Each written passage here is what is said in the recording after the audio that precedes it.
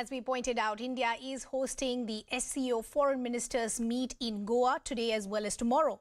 Pakistan's Foreign Minister Bilawal Bhtutto is also in attendance. He arrived in Goa a little earlier this day. The External Affairs Minister of India, Dr. Jaishankar, is currently holding a very crucial bilateral meet with his Russian counterpart, Sergey Lavrov. Later in the day, Dr. Jaishankar will also meet his counterpart from China. Interestingly, a bilateral meet between India and Pakistan hasn't been confirmed from either side. It's the first visit from a Pakistan foreign minister to India since 2011. Today's SCO meet also holds significance as it is happening after the alleged assassination attempt on Russia's President Vladimir Putin, for which the Kremlin has blamed Ukraine. अस्सलाम वालेकुम। मैं बहुत खुश हूँ कि आज मैं यहाँ गोवा पहुँचा हूँ। शंघाई कोऑपरेशन ऑर्गेनाइजेशन में शिरकत करना, पाकिस्तान के डेलीगेशन को लीड करना, और मैं उम्मीद रखता हूँ कि इंशाल्लाह ताला जो हमारा SCO का CFM है वो बहुत ही कामयाब होगा। आप सबका बहुत शुक्रिया। So let's break down some details in terms of what is the agenda, what does India aim to achieve as far as this SCO meet is concerned, and how will this pave way for the summit that will happen in July? What are the kind of details that we're picking up in terms of what could be the involvement of the countries that are in attendance? As far as Pakistan is concerned, this is what we're understanding from Pakistan government sources to News18. What could be the intent that Pakistan is in attendance as far as the SCO Foreign Ministers meet is concerned? A message of peace to be raised as far as the SCO meet is concerned. This is crucial because we are seeing a dignitary from Pakistan attend some meeting in India almost after a decade. Bilateral issues to be neglected during the SCO meet is also what we're understanding. There will be an attempt to bolster trade and regional connectivity. Bilawal Bhtutto, who is already in India, in Goa, will seek help from climate-hit Pakistan as well. Foreign Minister to seek help for cash crunch country. Remember, they've been seeing a huge economic crisis. Bilawal Bhtutto to seek attention on aid and trade for Pakistan as well. But let's also talk about how does this pave way for the larger summit which will take place in July once again in the national capital. What is going to be the kind of work that is already going to be done by the foreign ministers? The foreign ministers will prepare an agenda. They will lay the roadwork as far as the July summit is concerned. 15 proposals and decisions to be discussed is what we're understanding. India's bilateral with China is what we're understanding will happen later in the day. Russia-Ukraine war likely to be discussed, and possibly the events that happened yesterday as well. What are the kind of important aspects that will be discussed? What is going to be the significance and the possible outcomes as far as this meet is concerned? The proposals to enhance cooperation and trade is what we're understanding. Commerce and security as well, socio-cultural counter-terrorism as well. What is also going to be crucial are the issues that are going to be discussed around the Russia-Ukraine crisis, the situation that continues in Afghanistan, Iran and Belarus membership as well, decision on dialogue partners as well. So a lot for India to take away as far as this foreign ministers meet is concerned, and of course this laying the groundwork for the larger summit which will happen in July.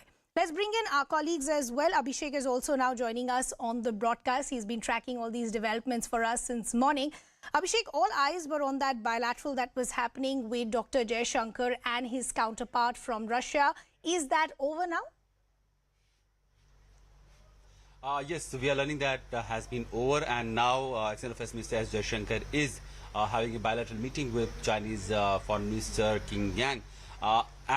This is a very crucial bilateral meeting because they are meeting in about 2 months' time. Last time in the month of February, when G20 Foreign Ministers meeting was in Delhi, S Jaishankar had a bilateral meeting with King Yang then also, and since then there has not been much of development in terms of bilateral tension that has been going on in our northern borders, where there are counter deployment and deployment of army battalions on the both sides, and there has been talks on border disputes going on. Several rounds has happened both at the military level and the diplomatic level as well, but the complete disengagement that has been on the card, and until that happens, it would not be considered as a thing that has been sorted or resolved. This is something that has not happened, and India has been pushing for complete disengagement along the borders in northern Ladakh. But in this meeting that S Jaishankar is having with Chinese Foreign Minister, we'll have to wait for the MEA's update as to what all were the discussion points that happened between the two sides, and whether beyond border disputes other areas of cooperation were also explored, because China sees India as a big market. A lot of import of electronic items and other small industrial goods also come from China, and in that respect, China has been very keen to engaging more in trade and commerce activity with India. Right. Abhishek, just shifting focus to the other crucial meet that is also taking place. Some visuals also now coming in. Dr. Jaishankar meeting his counterpart from China as well. Abhishek, just stay on with us. Our colleague Anand is also now joining us on the broadcast. Anand, all eyes on that crucial meet that Dr. Jaishankar is now having with his counterpart from China. What can we expect?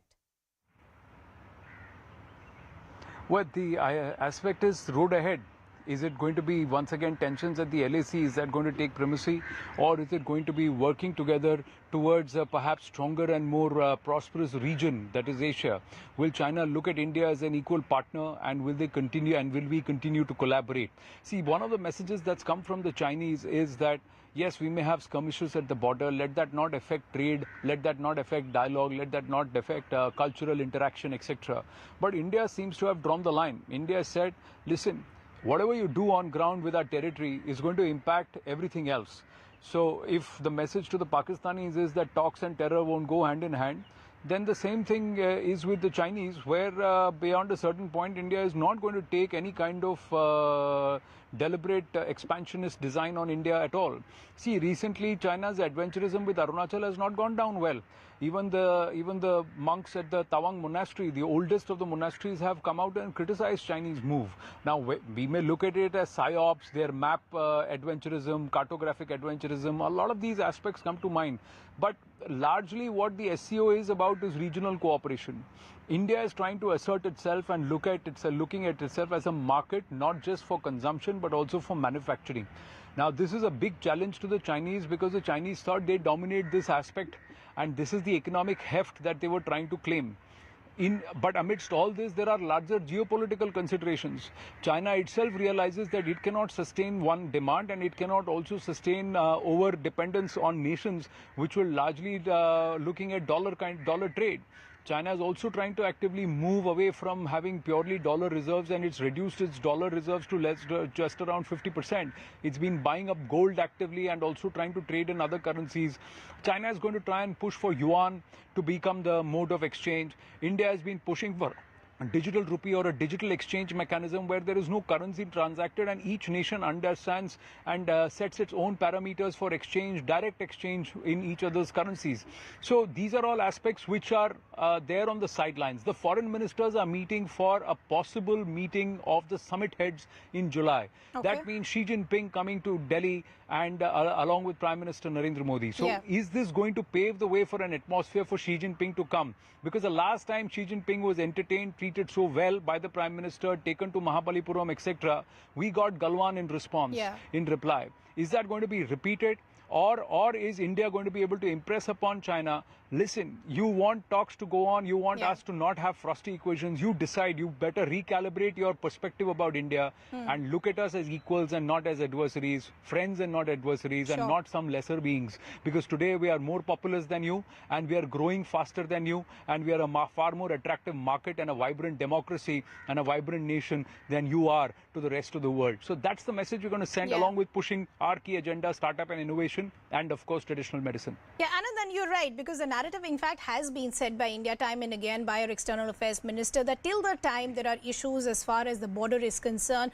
both the countries cannot go back to the kind of relations they had in the past. But Anand, I'll just request you to stay on with us, going back to Abhishek as well. Abhishek, I want to talk to you about the attendance of Pakistan as well. We haven't seen such a high-level visit in almost a decade. The tweet that was put out by Bilawal Bhtutto, what does that signify as far as the intent of Pakistan is concerned?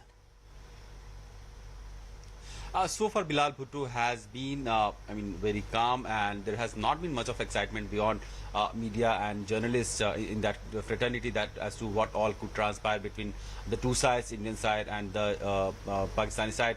Meanwhile, we could see the kind of, on the tenterhooks, those officials from the both sides are, because continuously they have been asked by us as to what all could happen, whether there would be a bilateral meeting between the two sides or not, or whether there will be some diplomatic courtesy or anything. But we know that Bilawal Bhutto has been talking to media, and he has said that he is here and he's happy that he is attending this SCO meeting, and he'll be interested in talking about the regional issue and issues of importance. And actually, that is the basic mandate of SCO, also to integrate South Asia with Central Asia, and from there they can access Europe as well. And if this whole concept of regional connectivity amongst these SCO countries can fructify, it will have globally almost 40 to 60% of global landmass well connected.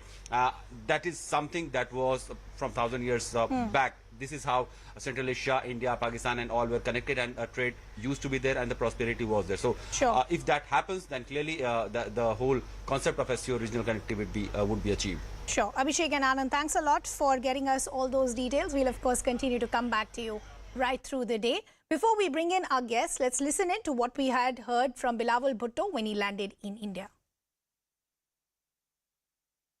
आखिर हम गोवा भारत पहुंचे हैं Shanghai cooperation organisation के मौके पे। मेरा सबसे पहले मुलाकात रूस का वज़ीर ख़ारजा से होगा, फिर मैं उज़्बेकिस्तान का वज़ीर ख़ारजा से मिलूँगा। उसके बाद हमारे सारे वज़ीर ख़ारजा जो मौजूद हैं उनके लिए एक खाना है जिसमें मैं जाऊँगा, एक तो इंटरव्यूज़ करूँगा, वो आज का प्रोग्राम होगा। Let's also now bring in our guests. We have former diplomat Manju Seth now joining us on the broadcast. We also have senior journalists from Pakistan, Mayed Ali, also joining us. Good to have both of you with us here on CNN News 18. Manju Seth, I'd like to begin the conversation with you. First, help us understand this foreign ministers meeting that is happening currently in Goa for today and tomorrow. This comes before the summit happens in the month of July. How crucial is this meet of the foreign ministers?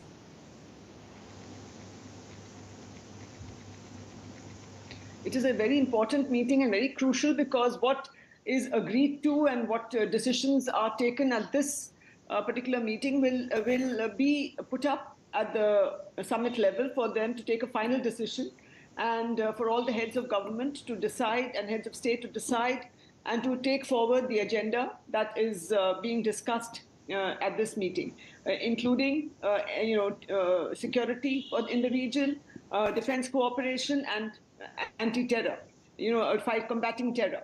So if there is agreement on all these issues, there are contentious issues, because we can see that we have been saying that, Pakistan has been harboring and encouraging terrorists and sending them across the border, though there has been some respite, but overall it continues.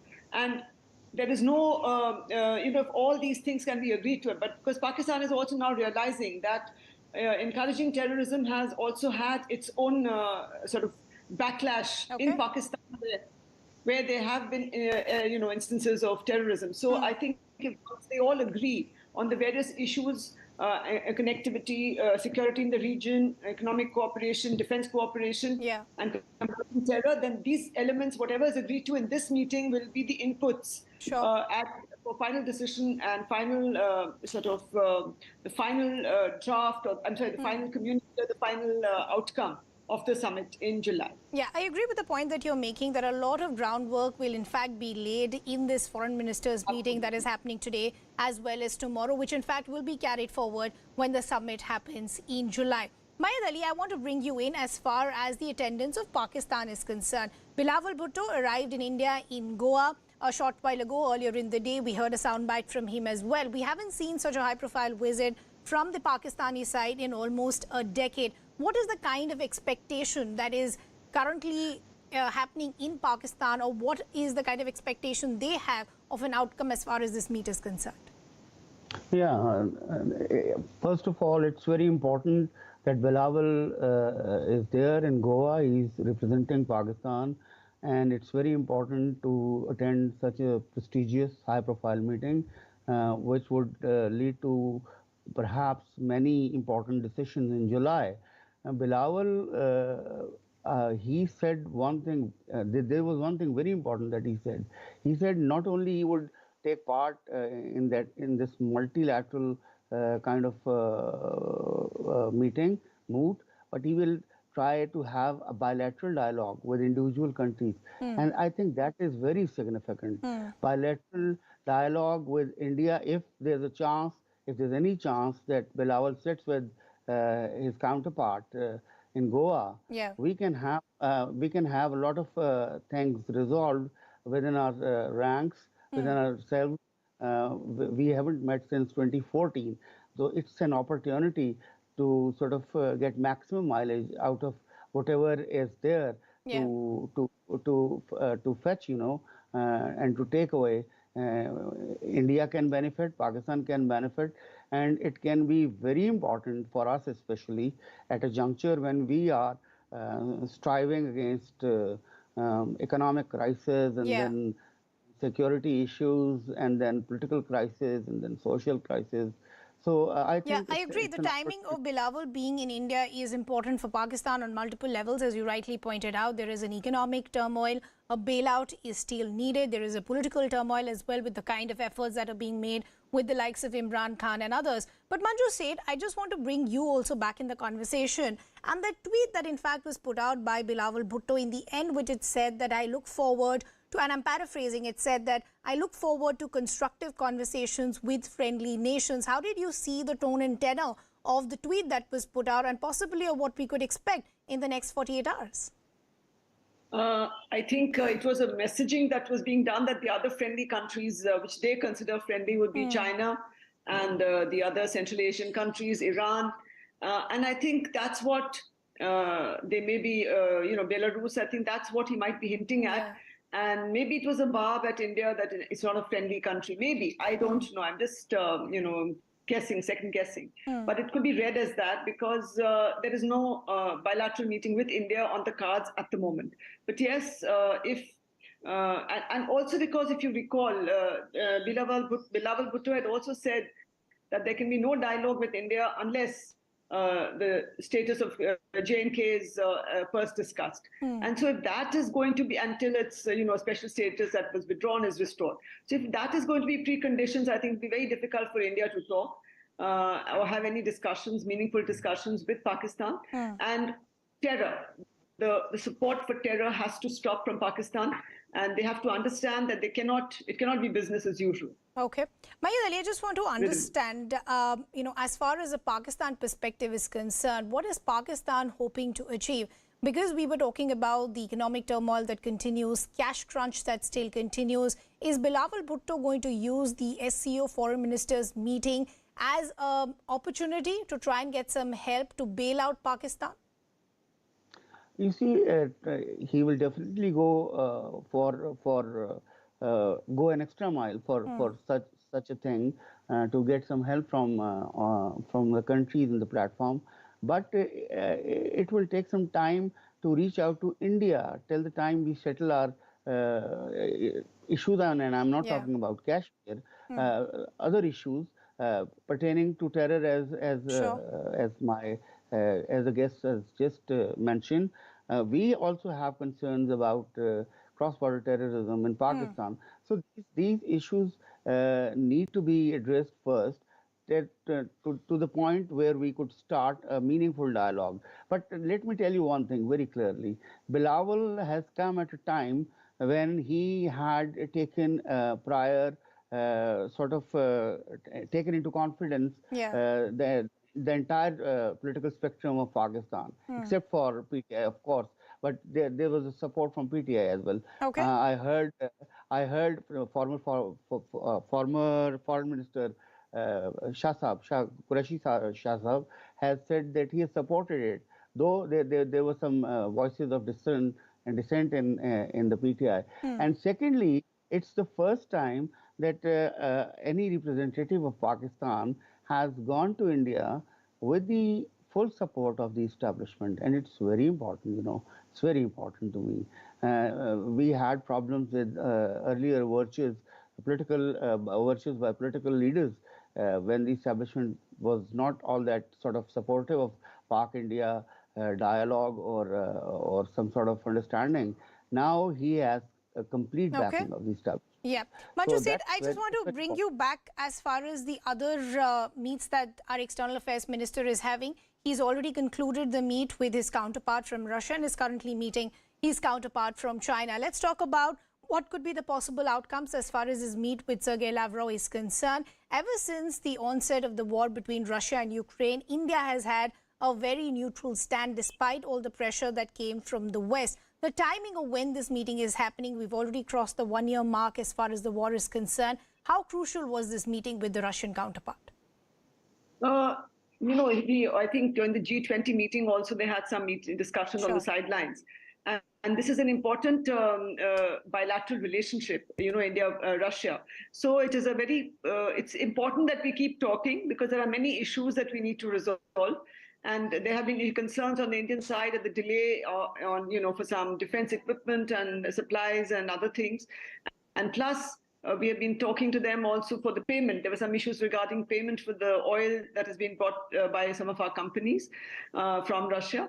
So all these issues, I'm sure, are on the agenda, including, of course, the food crisis, the energy crisis that is still continuing to face the world, given the continuing Ukraine-Russia war. So I think they will also exchange ideas and also maybe discuss ways of how this is headed, where is it headed, and whether a solution can be found. Because it's very important to find a solution to end this war, which has, devastated the world, devastated Ukraine, devastated everyone. I think all the world economy is in a decline, kind of semi-decline. They are saying, and there could be a recession in the future. Sure. So everyone is affected by the war, and Russia as one of the actors, I should say, in the Ukraine-Russia war, has to be.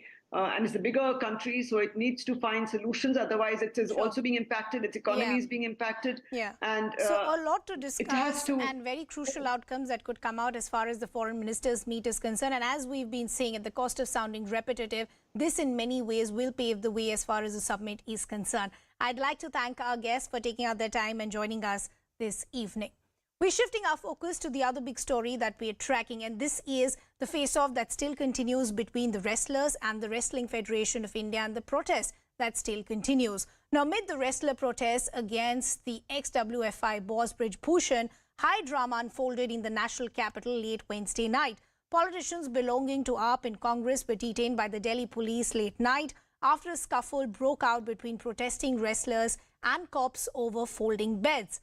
Dipender Hooda later tweeted saying that police took him to Vasant Vihar police station. Similarly, you had a claim that was coming in from the DCW chief, Swati Maliwal as well, who said was apprehended by the police when she tried to meet the protesters after the midnight brawl. Meanwhile, Supreme Court refused wrestlers' petition for a court-monitored probe and asked them to approach the Delhi High Court if there are any issues with the probe. Wrestlers कुछ दिनों से protest कर रहे हैं. इस सिलसिले में सोमनाथ भारती जी कुछ फोल्डिंग कॉट्स या बेड्स जो हैं वह लेकर आए थे बिना किसी परमिशन के. पुलिस की जो टीम मौजूद थी लॉ एंड ऑर्डर अरेंजमेंट के डिप्लॉयमेंट के लिए, उन्हें मना किया क्योंकि उनके पास परमिशन नहीं थी. पर क्योंकि वो नहीं माने और कुछ जो रेस्लर्स और उनके सपोर्टर्स हैं उन्होंने फोर्सिबली उन बेड्स को, कॉट्स को अंदर लाने की कोशिश करी. उसके चलते एक माइनर स्कफल हुआ. उसके कारण इंजरीज भी हुई हैं. हमारे 5 पुलिस पर्सनल, जिसमें से 2 महिला कर्मी थीं, उनको भी चोट आई है. Let's also now bring in our colleague Anshul, who in fact has been tracking these developments. Anshul, could you first help us understand what really happened late last night? So yes, according to the Delhi police, Somnath Bharti came there uninvited and came there with folding cots. When the Delhi police asked him to not go inside since he does not have the requisite permission, he did not agree to that, and supporters started this initial scuffle. There were 2 supporters of the wrestlers who were injured in this entire matter. However, they were admitted to the RML hospital. But yes, the allegations that were made by the wrestlers in this entire matter, those allegations were actually very, very serious, because the wrestlers, the female wrestlers had put out allegations on the Delhi police that one of their personals was drunk and was misbehaving with the women wrestlers. However, Delhi police has denied all these allegations and has said that there was ample amount of women's security personnel on the spot, and no such incident had happened. And also, after the medical test of the police officials, accused police official, no alcohol was found in his body. So all these allegations have been taken down by the Delhi police at this point in time. Today, after the judgment of the Supreme Court, a press conference was held by the protesting wrestlers, in which they very clearly stated that they are going to continue with their fight. And now, since the Supreme Court has asked them to go to the appropriate forum, this is what they are going to do. And they said that until and unless Brijbhushan Sharan Singh is arrested, they are not going to move away from Jantar Mantar. So yes, this entire controversy does not seem to be dying down anytime soon. On the other hand, the wrestlers are trying to garner more support for their protest at this point in time, and hence they have asked all their supporters to gather at Jantar Mantar as soon as possible. And Anshul, we saw some very emotional reactions that came from some of these wrestlers who put these reactions on social media as well, with many questioning that is this how they should be treated? These are wrestlers who got us a lot of pride, have won medals time and again. Am I incorrect in understanding that the wrestlers are saying two things? One, as you pointed out, that they will not leave the protest site until action is taken on Brijbhushan. Are the wrestlers at this point also claiming that they would want to give back their medals because nobody seems to be paying heed to their demands? So yes, the wrestlers are saying, in fact, a press conference was held this morning in which they very clearly stated that they do not deserve such kind of treatment from the Indian government, because they are the people who have brought a lot of laurels for the country, a lot of medals and pride for the country, and they should not be treated in this manner by the government and the administration. And in fact, they went on record and said that if the government fails to provide them justice, they will return. Anshul, I apologize for interrupting, getting a reaction from Brijbhushan. Let's listen in. पहले से तय था। जहां तक आपको बहुत जिज्ञासा है, मैं इतना कहना चाहता हूं, क्षमा बड़न को चाहिए, छोटन को उत्पात। क्षमा बड़न को चाहिए। Colleague Anshul, I apologize for interrupting. Please finish your point. So yes, the wrestlers still maintain the point that they are not going to leave the protest site until and unless Brijbhushan Sharan Singh is arrested by the Delhi police. On the other hand, they have very clearly stated that if the system does not provide them justice, they are going to return back whatever the government has given them at this point in time. But interestingly, today, this morning, there were a few farmer unions who had tried to enter Delhi and tried to get the tractors and trolleys to Jantar Mantar, but all of them were stopped at the Singhu border and they were detained by the Delhi police. In fact, there was a massive traffic jam that had also happened over there. So yes, the Delhi police and all the DCPs of all the districts in the national capital have been asked to stay on alert, because there is input that a lot of people could get inside the national capital and gather at Jantar Mantar.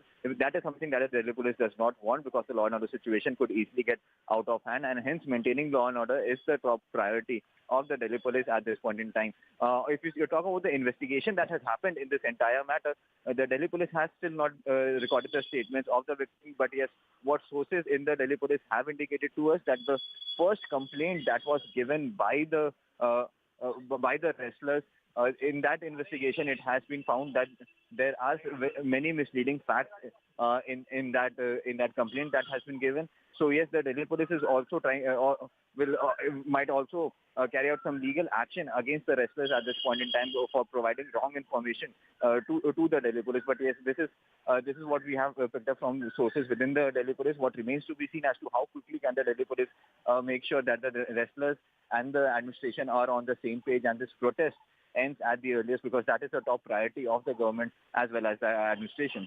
Okay, Anshul, we leave the conversation there. Thanks a lot for getting us all those details. Let's listen in to some other reactions.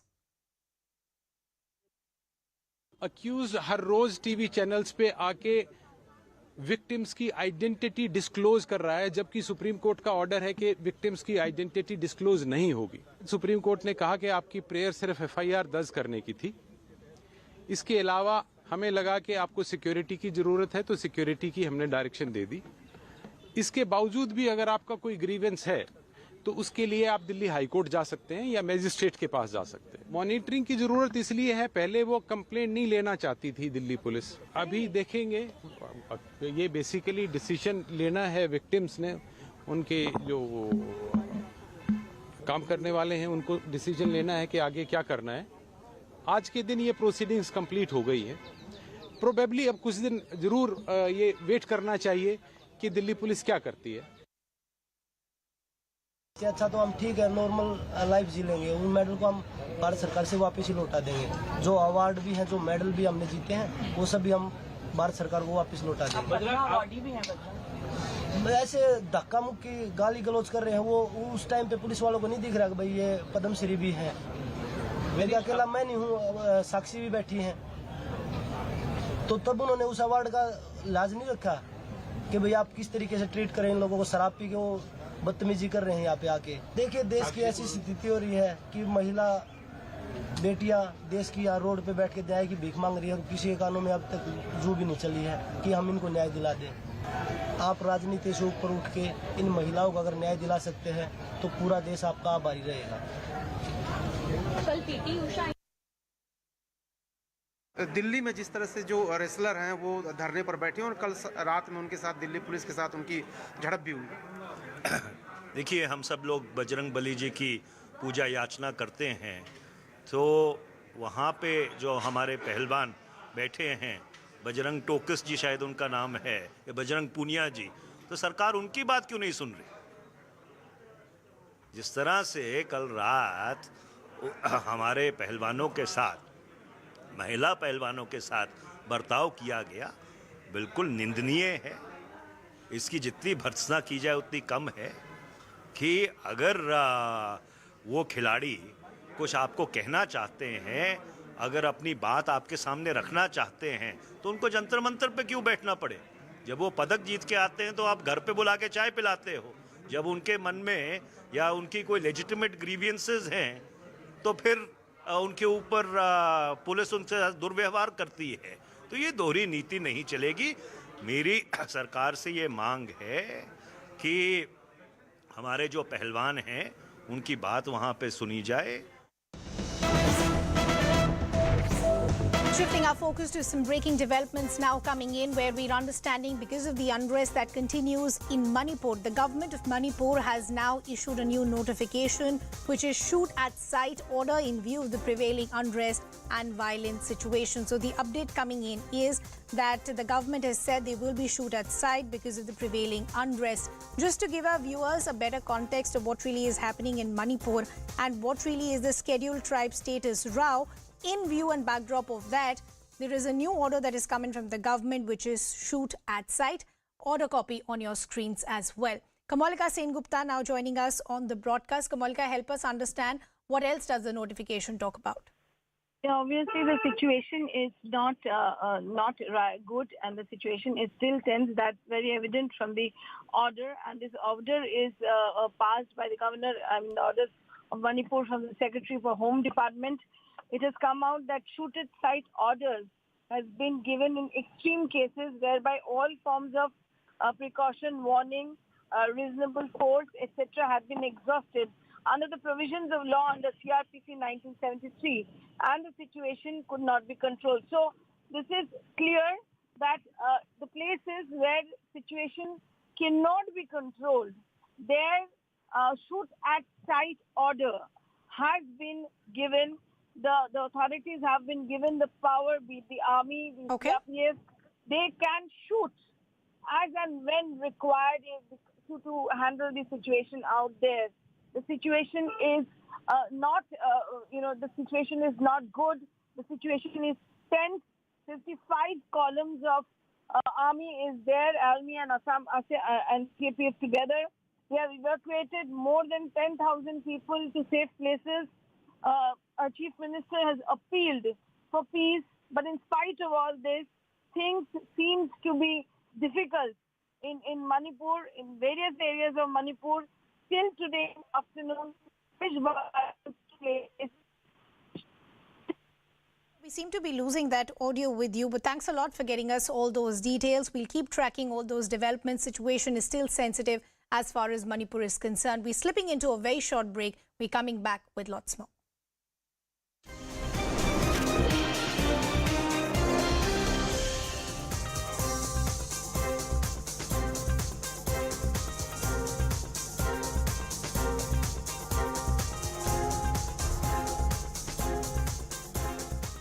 slowly is cooked. It's not done quickly. Oh, okay. So it's on a tawa for 4-5 minutes. Okay. Unlike say a dosa, which is done within 2 minutes. Within a couple of So it minutes. takes time. Saka, we had twistatos. Many people who are loyalists of VV Puram would argue that that's not original, authentic VV Puram food. So that's why we had the Congress masala, and akki roti is another famous. So what do you have it with? What is the combination? You usually with? get chutney that's made out of peanuts, or the coconut is chutney. fantastic. I mean, the way it. This I think is Rumali roti, not a resident of VV Puram. It's a late entrant to VV Puram, but again another popular dish. Again, it's made out of rice. I think this is made out of maida. Okay. And the fact that he ensures that it goes for a toss pretty much is something that attracts a lot of crowd. Quite skilled in the way he does it. Yes, yes. So what do you have it with? What is the combination? I see like onion. You get a gravy there. A lot of chaat masala and all that. Raw onion and some bit of chaat masala. So the gravy is like a potato mix. Yeah. Sir, ಏನು gravy ಮಾಡಿದ್ದೀರಾ? Aloo gobi matar. Aloo gobi matar. Okay, so it's like a curry, and then you have your seasoning with the onions and the chaat. Absolutely. Yeah. All right. So let's try one. Let's order. ನಮ್ಗೆ 2 ಅಕ್ಕಿ ರೊಟ್ಟಿ ಕೊಟ್ಬಿಡಿ.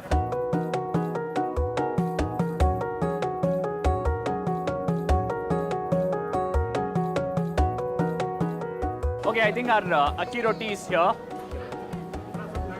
Yeah, it's finally here. So explain this to us. So it's got a rice flour batter, and then you have onion, you have some bit of, if I'm not wrong, coriander, salt. Okay. You have a chutney. Okay. Some bit of like a potato curry. Potato curry, yeah. Okay, let's try it. It's got a dosa feel to it, but it's not dosa, obviously. It's not dosa, yeah. Nice. Here, you can tell. At the moment you take the first bite, you can tell it's rice flour. Actually, a lot of places also give you a chutney made out of groundnut. Okay. They add butter over this akki roti, so it tastes all the more great. So it's a bit like an uttapam, if you will, but a little less heavy. Yeah. This is yum. I'm really liking it. Like even the chutney has a nice tanginess to it. Yeah. This would be like a peanut chutney or something of that sort? This I think is coconut chutney. Coconut chutney. Okay. All right. There you have it. The maki roti to the, what was that? The twistatos. The twistato. And then you had the Congress masala. So I guess I've certainly learned some wonderful new dishes here at the VV Puram Food Street. I hope you've enjoyed it as well. From Harish and me, thank you very much, and keep tuning in to the News 18 network.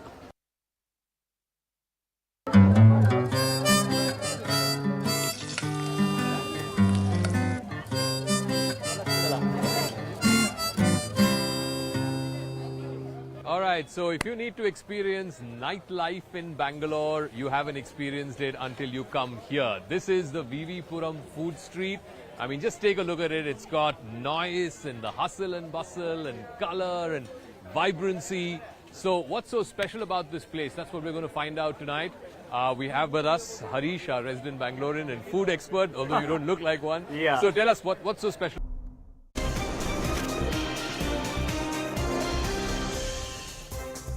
Welcome back. Thanks a lot for staying with us. Let's talk about what's happening in Karnataka. The Karnataka elections are less than a week away and politics around it is only heating up.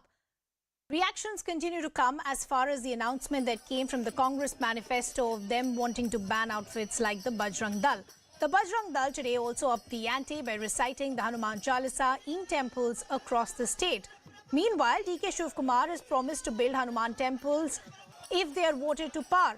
Now you also have a reaction coming in from the ex-Chief Minister Siddaramaiah, who in fact has spoken to us here exclusively at CNN News 18. He has also defended the poll promise of banning outfits like the Bajrang Dal. Sir, BJP is making this about national issues, talking about minority quota, talking about Bajrang Dal, the ban that you proposed and so on, whereas you want to make it into local issues. How will you respond to that? See, what we said was, those who are indulged in hate politics and creating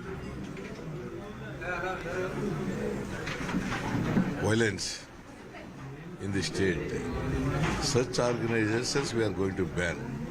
whether it is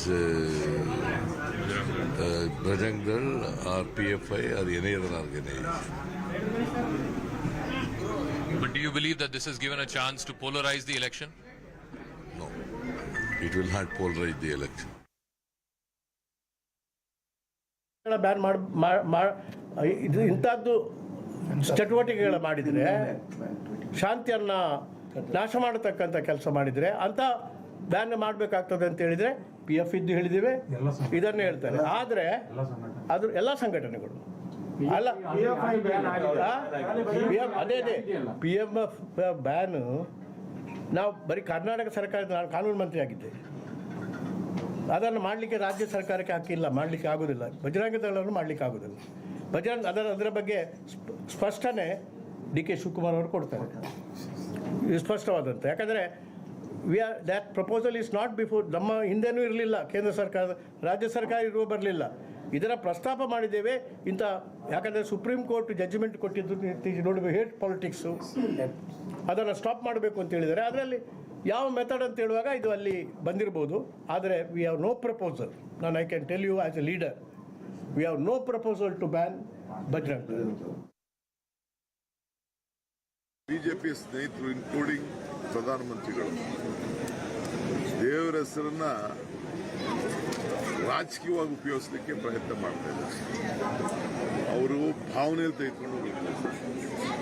ನಾವು ಅದನ್ನ ಎಲ್ಲ ಸಮಾಜದ ಎಲ್ಲ ಧರ್ಮದವರು ಕೂಡ ಆಂಜನೇಯನ ನಂಬ್ಕೊಂಡಿದ್ದಾರೆ.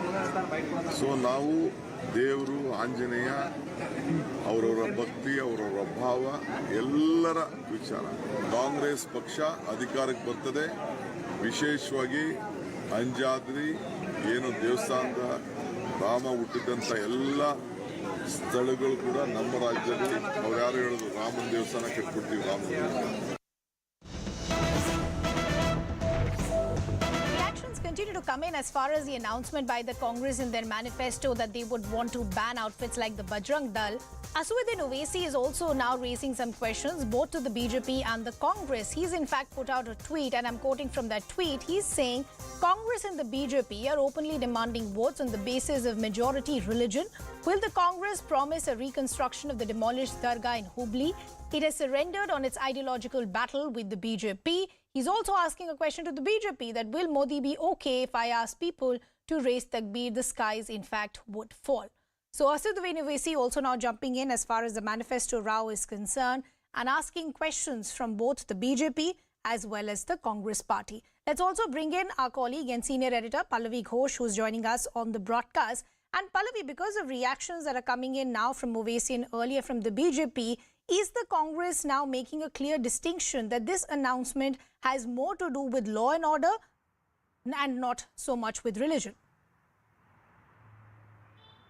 Yeah, I think it's very clear that the Congress wants to do a certain amount of damage control, which is why, look at the sequence of events today. I mean, Priyanka Gandhi Vadra visiting a temple to establish the Congress party's Hindutva credentials. You have a DK Shiv Kumar who actually went to the Chamundeshwari temple in Mysore, and over there he visits the Hanumanji temple, and then he makes a announcement that should the Congress party come back to power, they're going to set up several Hanuman temples across the state. Clearly, the backlash over the Bajrang Dal ban input as far as the Congress manifesto is concerned has wakened up the Congress party, where initially they were very brazen.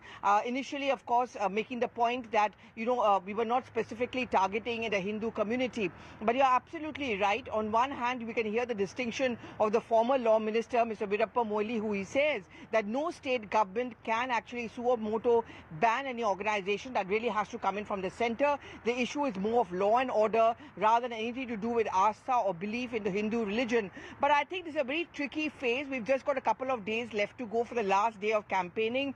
And, we are talking about areas like Mysore, where I am at this point of time, northern Karnataka, the coastal belt, which in any case is a stronghold of the BJP. But the Congress certainly doesn't want to lose out, which is why every seat really matters in what is turning out to be a cliffhanger kind of an election in the battle for Karnataka. And therefore, the Congress party clearly, for two reasons, has gone in for this kind of a damage control. One, to avoid any kind of a polarization, and second, to avert any diversion from the key electoral slogan of 40% Commission Sarkar, which needs to go out of power.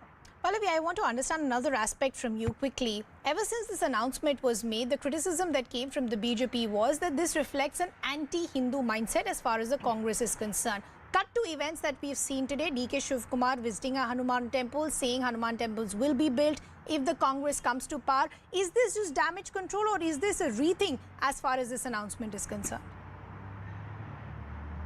I think it's a bit of both. Definitely, it's a damage control. See, look, from day one, the Congress strategy over here in the state was very simple, and that's the reason the input which was also given to Rahul Gandhi is that when you campaign over here, please don't rake up the Adani issue, because that's a national issue which finds no resonance on the ground. And therefore, if you notice, Rahul Gandhi's campaigns were more focused on, again, the 40% commission sarkar.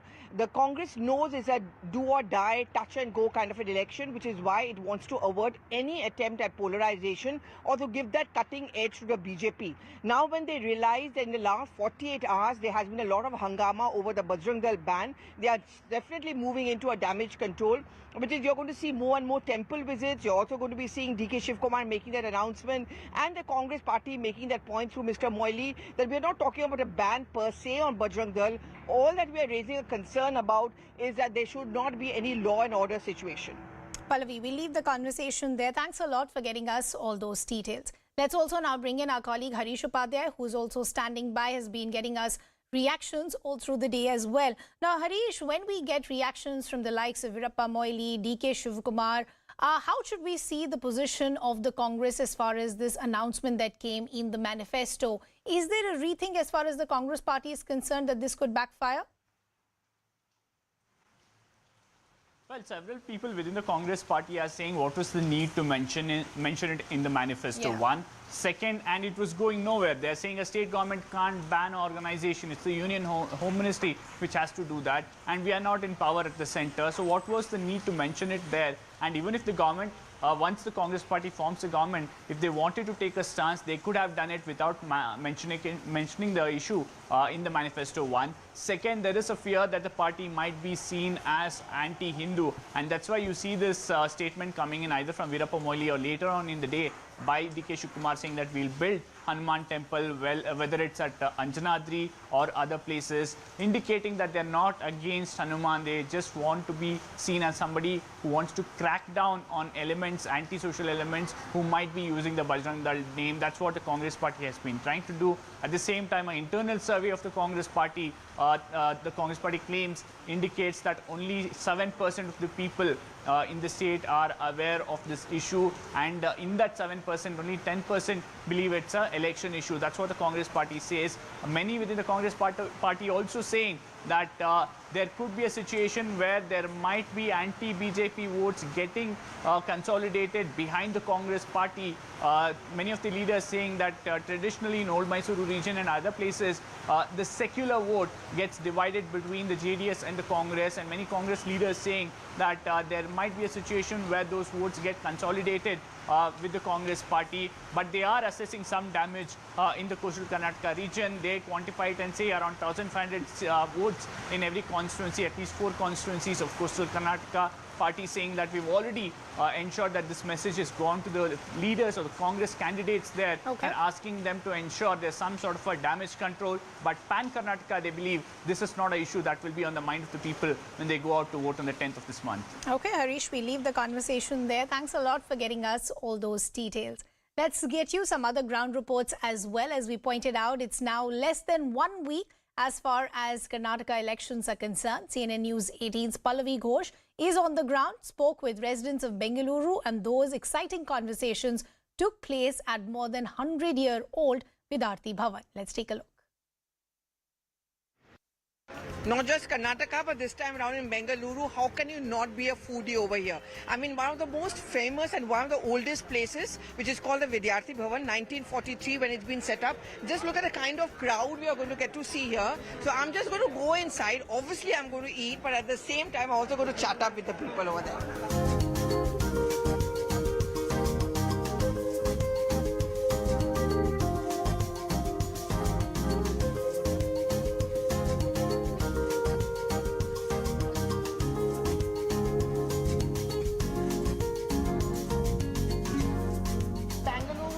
okay, but anyway, okay, let's start. Okay. So, is this the first time you've come to Vidyarthi Bhavan? No. You come here because I would highly recommended this place. So, what's so special about this place? Please keep eating. No, what's so special about this? Because it's not like what a very modern restaurant is all about, but yet I see a huge crowd here. Because it's, how do you put it, it's very old, it's I think more than 100 years old, and it's not, it has maintained itself in terms of food quality. In food quality, and people throng here, you know, they wait in queues to eat. Because there's also something different that you don't get it anywhere else. But it's still very organized. Very well organized. For the coupon system, it's kind of very quick and they have service. Now let's talk about Bangalore, the city. It's a city which is called obviously cosmopolitan. It's a city which has a fusion of food and culture and all that. You think that is something which needs to be maintained? Of course, very much. They have to do it. There are very few of these who have maintained their culture, or who have only one branch. They don't have multiple branches. There's one CTR, there's this. There are very few who have not diversified or had more outlets. Okay, I'm talking about the city per se, the culture of the city. Do you think that's something which needs, that adds on to a charm of Bengaluru which needs to be maintained at all costs? Obviously, because we have, I think, more than 30-35% of population who is moving into the city. A lot of IT crowd which is coming in. And if we are not up to... But is that worry when people are coming in from other states and settle down here? Yeah. Is there a worry that the core value or the core culture or the Karnataka of Bengaluru could actually be washed away, or you just... I don't think so. You don't think so? It is a drop all kinds. It has to be cosmopolitan, you know. And that's the true thing about Bengaluru. Yeah, that's it. No, one thing is that, see, keeping the coreness, it all depends on the people who are staying here, and also of the government, how they keep doing a lot of cultural events and things like that to keep our ancient culture and other things intact. Also, for the people who are moving in, they also celebrate their festivals like, So you're talking about festivals at a good time because it's election time, and you must be seeing the latest controversy which is happening over Bajrangbali and Amban and all that. Does that unsettle you, or does it really matter when you go out and vote? No, I don't think so. Everybody is pre-decided. No, they have. They have democracy. Everybody can do what they want. You mean the politicians? No. I'm saying the people. Okay. So you mean to say when politicians rake up issues like this, it doesn't really divide the society? No, I don't think so. Every person is fixed on whom they are going to vote, which party, etc., based on their preferences. But in some places, definitely it will all depend on what they have done. If the local MLA has done good work, definitely people will... Okay, so my final word is that when people in Karnataka are going to go and vote, they are going to vote for the Karnataka, they are going to vote for the Karnataka pride, and doesn't matter. That's all that matters, right? No, I don't think so. See, there are a lot of non-Kannadigas also who have stood for elections. A person, if he has done good work in the constituency, definitely people will vote for them. Secondly, the factor will always remain that the Kannada pride, and it will always be there. So it will all depend on who is voting and who is standing. The performer. It goes on the performance. So it's all going to be on performance, it's going to be on development. And no matter whatever the politicians say, it's food which essentially unites and keeps the essence of Bengaluru together. And we'll continue to get you more such reports and voices. Time for us to slip into a very short break. We're coming back with lots more.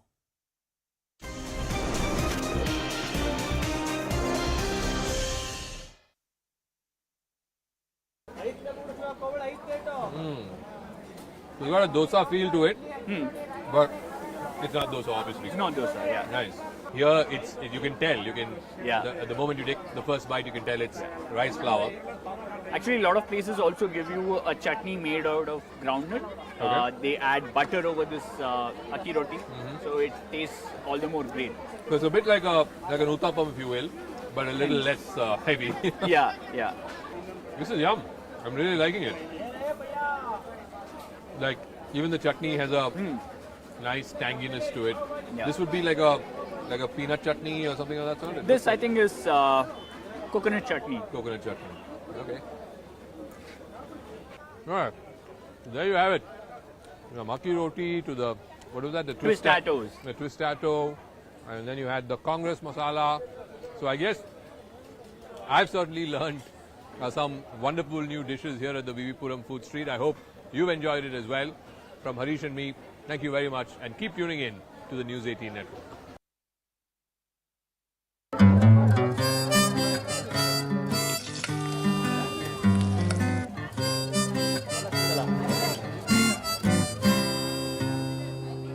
Alright, so if you need to experience nightlife in Bangalore, you haven't experienced it until you come here. This is the VV Puram Food Street.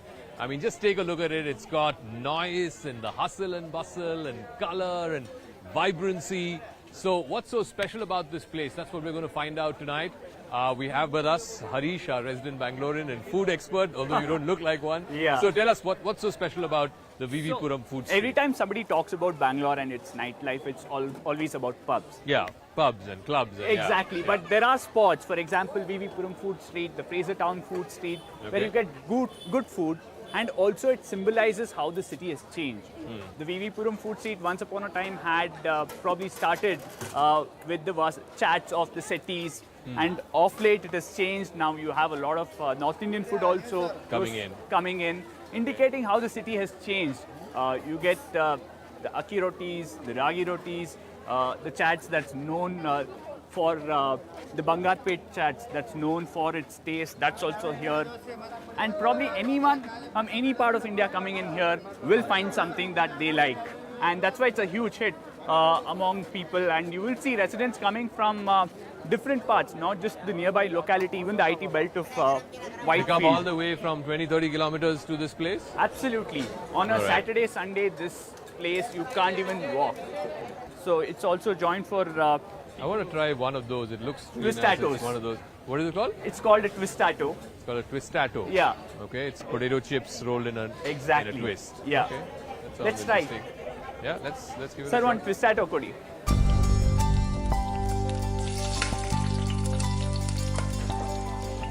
Just take a look at that. So that's how he makes the potato chips twisted.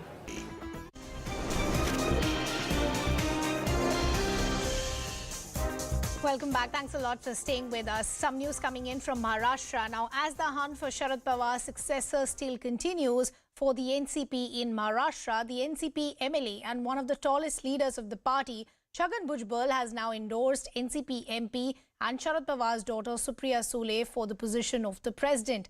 In an exclusive conversation with CNN News 18, he has gone on to say that the natural division has already been done, where Supriya Sule is looking after national politics and Ajit Pawar after state politics. Meanwhile, party workers have been drawing blood to write letter to Sharad Pawar and request him to withdraw his decision of stepping down as the party chief.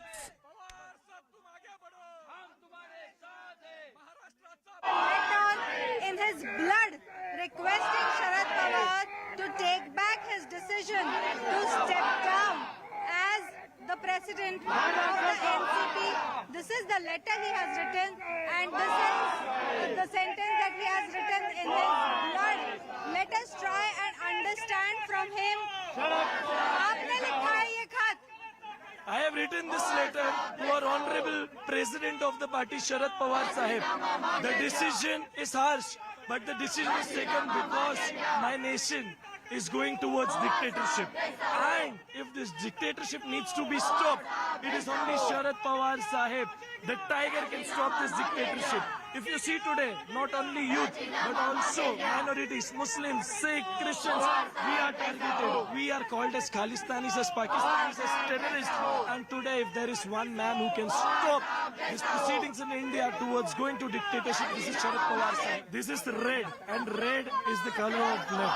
This is my blood, and I am proud today that my blood is going towards the progress of my nation. The reason I call it progress of the nation is because I want to stop my India to be a dictator nation. मेरे खून से मैं महाराष्ट्र के युवाओं की जो मांग है, पवार साहब ने रिजाइन वापस लेना चाहिए। ये मांग महाराष्ट्र के युवाओं की मांग पवार साहब तक पहुंचा रहा हूँ, क्योंकि मेरे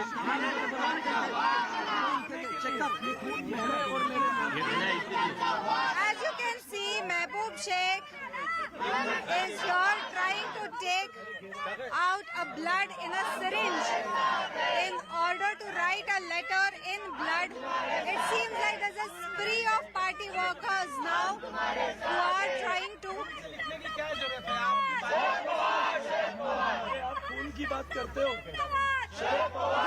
This is what right now NCP workers are trying to do.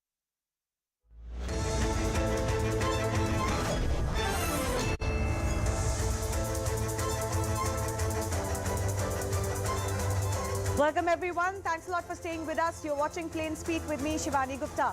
A full throttle war has erupted over Congress's manifesto in Karnataka, which the party has vowed to ban Bajrang Dal if voted to power. Now, Congress has linked the Hindu outfit with the proscribed Popular Front of India, which the centre banned for 5 years for terror activities and waging war against the country. Bajrang Dal is up in arms. The outfit is protesting against the Congress's manifesto, accusing it of appeasement all across the country.